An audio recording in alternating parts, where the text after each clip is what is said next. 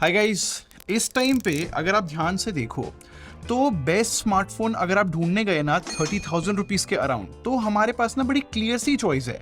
क्या तो हमें परफॉर्मेंस सेंट्रिक फोन मिलेंगे जैसे कि पोको F7, iQOO Neo 10, मतलब लाइक ये ऑप्शंस है। बट इस प्राइस सेगमेंट में अगर हम बैलेंस फोन ढूंढने गए ना कि जिसमें अच्छी परफॉर्मेंस भी मिले और सारे डिपार्टमेंट में अच्छा परफॉर्म करे, तो अभी के लिए तो मैंने आपको पहले ही बताया कि OnePlus Nord 5 ही है, जो कि 30,000 रुपीज के अराउंड सबसे सेफ चॉइस बोली जाएगी सबके लिए। तो इसी वजह से मैंने सोचा कि भाई मैं अपनी सिम इस फोन में डालता हूँ लाइक गुड इनफ 20 डेज के लिए, और ऑब्जर्व करता हूँ कि इस फोन का एग्जैक्टली में एक्सपीरियंस कैसा है। और इतने दिन यूज करने के बाद मेरे पास बहुत सारी ऑब्जर्वेशन है कि कैसा फोन रहेगा एग्जैक्टली ज्यादातर लोगों के लिए।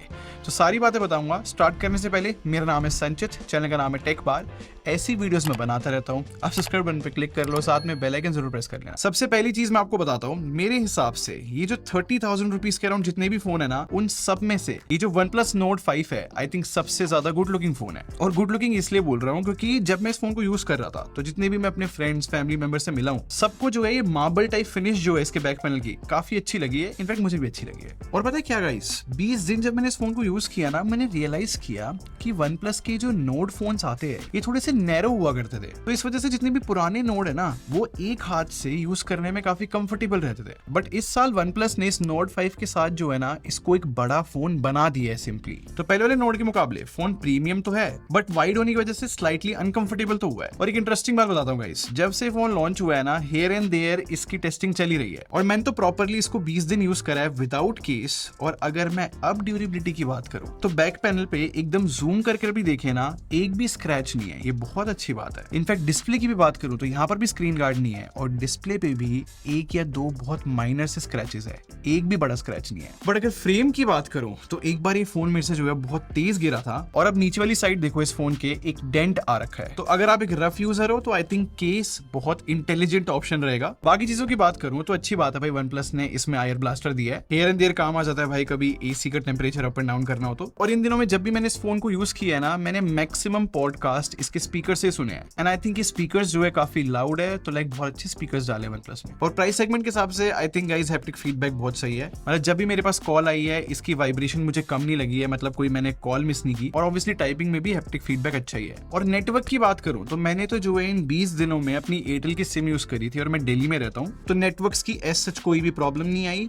बस एक प्रॉब्लम है जो मेरे को बग लगा था, वो मैं सॉफ्टवेयर डिपार्टमेंट में बताऊंगा। और डिस्प्ले की बात करूं तो गाइस 20 दिनों की यूसेज में मैं जो हूं मॉडर्न फैमिली दिख रहा था इस फोन में। पहली बात बेजल्स हाईलाइट करूंगा जो कि बहुत कम है, इस वजह से कंटेंट देखने में नो डाउट भाई अच्छा लगता है। और ब्राइटनेस का एक्सपीरियंस अपना शेयर करूं तो मैंने आपको पहले ही बताया था, जो ब्राइटनेस के नंबर्स है वो इस प्राइस सेगमेंट में सच कुछ स्पेशल नहीं है। आई मीन जो HBM है वो 1400 निट्स है और जो पीक ब्राइटनेस है वो 1800 निट्स है। तो इस वजह से जब भी मैंने इस फोन को आउटडोर यूज करा है तो लाइक रीडेबल डिस्प्ले तो थी, और जैसे कि मैंने बताया कंटेंट देखने में भी लाइक ठीक है डिस्प्ले। बट सेम टाइम पे OnePlus ने एक जगह पे बहुत स्पेशल काम कर दिया डिस्प्ले के अंदर, वो है 144 हर्ट्ज का रिफ्रेश रेट होना। और बेस्ट पार्ट, ये फोन जो है कंसिस्टेंट तरीके से 144 FPS लेकर आ पा रहा था। तो इस वजह से गेम प्ले जो है काफी स्मूथ लगा। एंड आई थिंक इतने कंसिस्टेंट FPS इसलिए मिल रहे हैं क्योंकि Snapdragon 8s Gen 3 है इस फोन के अंदर। इसलिए वीडियो के स्टार्टिंग में मैंने इसको सेफ फोन बोला था। लाइक सेफ ब्राइटनेस नंबर्स है और ज्यादातर लोग जो है बहुत हेवी गेमिंग नहीं करते, लाइक BGMI COD खेलते हैं, और इन सब चीजों के लिए Snapdragon 8s Gen 3 I think more than enough है। पर हाँ गाइस, आपने नोटिस किया Snapdragon 8s Gen 3 जो है पुराना प्रोसेसर है, तो इस वजह से ज्यादातर गेम्स में ये ऑप्टिमाइज भी है। और अगर अपने एक्सपीरियंस के हिसाब से बताऊं तो मेरे को जो है परफॉर्मेंस में सबसे अच्छी बात ये लगी कि एज सच कोई भी इस फोन के अंदर हीटिंग इश्यूज नहीं है। मतलब इस फोन को जो है मैंने अलग अलग वेदर कंडीशंस में यूज करा है, इसलिए फोन जो है हीट बहुत अच्छे से मैनेज कर रहा है। तो लाइक ये काफी सारे लोगों के लिए एक पॉजिटिव पॉइंट है। और क्योंकि एक्सपीरियंस की बात कर रहा हूं तो दो चीजें और हाईलाइट करूंगा। आई थिंक OnePlus ने रैम मैनेजमेंट में बहुत अच्छा काम किया है, क्योंकि जितनी भी एप्स मैं डे टू डे लाइफ में यूज करता हूँ ज्यादातर रैम में रहती है, तो लाइक रीलोड नहीं हो रही थी एप्स। और सेकेंडली किसी भी ऐप से मेरे को जो है डिलेड नोटिफिकेशन नहीं आ रही थी,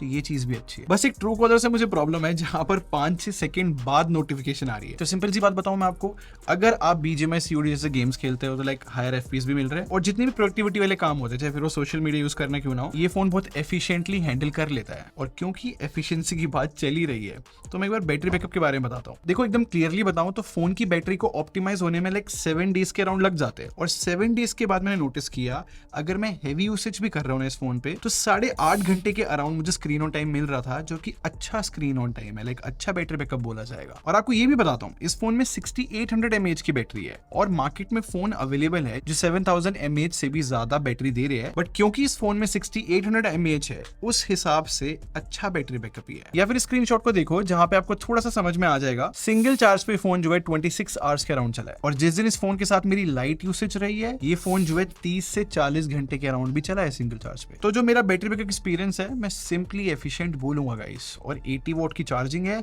वो भी काफी फास्ट है। मेरे हिसाब से बैटरी डिपार्टमेंट भी इस फोन का बहुत सॉलिड है। और गाइस टेक्निकली देखा जाए तो ऑक्सीजन ओएस इस फोन में जो मिलती है आई थिंक वो बहुत रिलायबल सॉफ्टवेयर एक्सपीरियंस है ज्यादातर लोगों के लिए। मतलब मैं बहुत सारे फोन यूज करता हूँ अलग अलग, और ऑक्सीजन ओएस की एक खास बात है कि ये बहुत ज्यादा स्मूथ लगता है। इनफैक्ट OnePlus जो है पूरी यूआई पे कंट्रोल देता है, मतलब कोई भी प्री इंस्टॉल एप्स है उनको हम डिसेबल भी कर सकते हैं। और इन 20 दिनों में मेरे साथ एक बार ऐसा हुआ है कि मोबाइल डेटा जो है चलना बंद हुआ, मैंने डिसेबल इनेबल किया वापस चलने लगा, या फिर मैं वाईफाई यूज कर रहा हूँ सडनली मोबाइल डेटा पे शिफ्ट हो गया। तो ये जो बग है ना मेरे को 1-2 बारी फेस हुआ है। आई विश OnePlus जो है इस बग को जल्दी से फिक्स करे। ऑब्वियसली अब आपके मन में क्वेश्चन आ रहा होगा कि मैंने तो सॉफ्टवेयर को रिलायबल बोला था। अगर आप मेरे बाकी रिव्यूज देखोगे ना आपको समझ में आएगा कि कितने सारे बग्स निकल जाते हैं एक फोन के अंदर अगर हम ढूंढने जाते तो। इस फोन में सिर्फ 1-2 मिल रहे हैं तो ऑब्वियसली उसको रिलायबल एक्सपीरियंस ही बोला जाएगा। और बाकी चीजें भी देखी जाए तो अच्छे एआई फीचर्स है इस फोन के अंदर, और 4+6 ईयर्स की अपडेट पॉलिसी है। तो ज्यादातर लोगों के लिए मैं बोलूंगा सॉफ्टवेयर भी बहुत हद तक सॉर्टेड है। और सॉर्टेड चीजों की बात चली रही है तो कैमरे की बात कर लेते हैं। देखो जब मैंने इस फोन के ऊपर अपनी फर्स्ट वीडियो बनाई थी तो मैंने बताया था कि Note 5 का कैमरा लास्ट ईयर वाले Note 4 के मुकाबले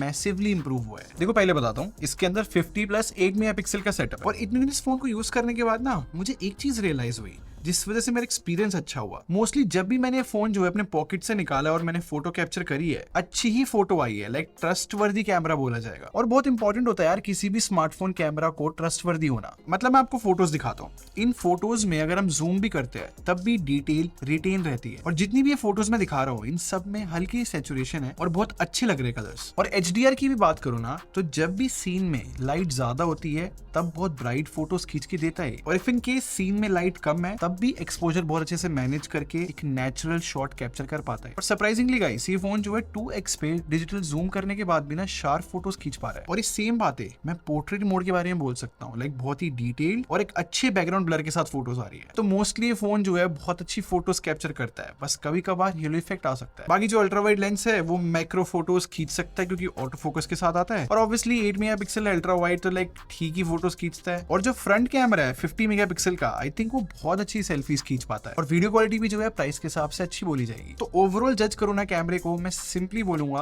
मेरे हिसाब से प्राइस सेगमेंट में एक रिलायबल कैमरा सेटअप है। तो अगर सारे डिपार्टमेंट को गाइज अगर मैं इजी करने के लिए आपको समराइज करके बताऊं तो इजीली फोन जो है बहुत ही बैलेंस्ड बोला जा सकता है। और क्योंकि ओवरऑल एक्सपीरियंस मेरा अच्छा रहा इस फोन के साथ तो मैं इजीली बोल सकता हूं अगर आप ये फोन खरीदने का प्लान कर रहे थे तो आप खरीद सकते हो। तो ये था मेरा रिव्यू OnePlus Nord 5 का। आप क्या सोचते हो? अगर आप भी ऑलरेडी ये फोन यूज कर रहे हो तो कमेंट सेक्शन में अपना रिव्यू लिखकर जाना भाई, बहुत लोगों की हेल्प होती है। और अगर आपको वीडियो पसंद आई हो तो लाइक बटन पे क्लिक कर दो और सब्सक्राइब करके हमारे टेक बार आर्मी को ज्वाइन कर लो। हम लोग क्वालिटी भी रखते हैं।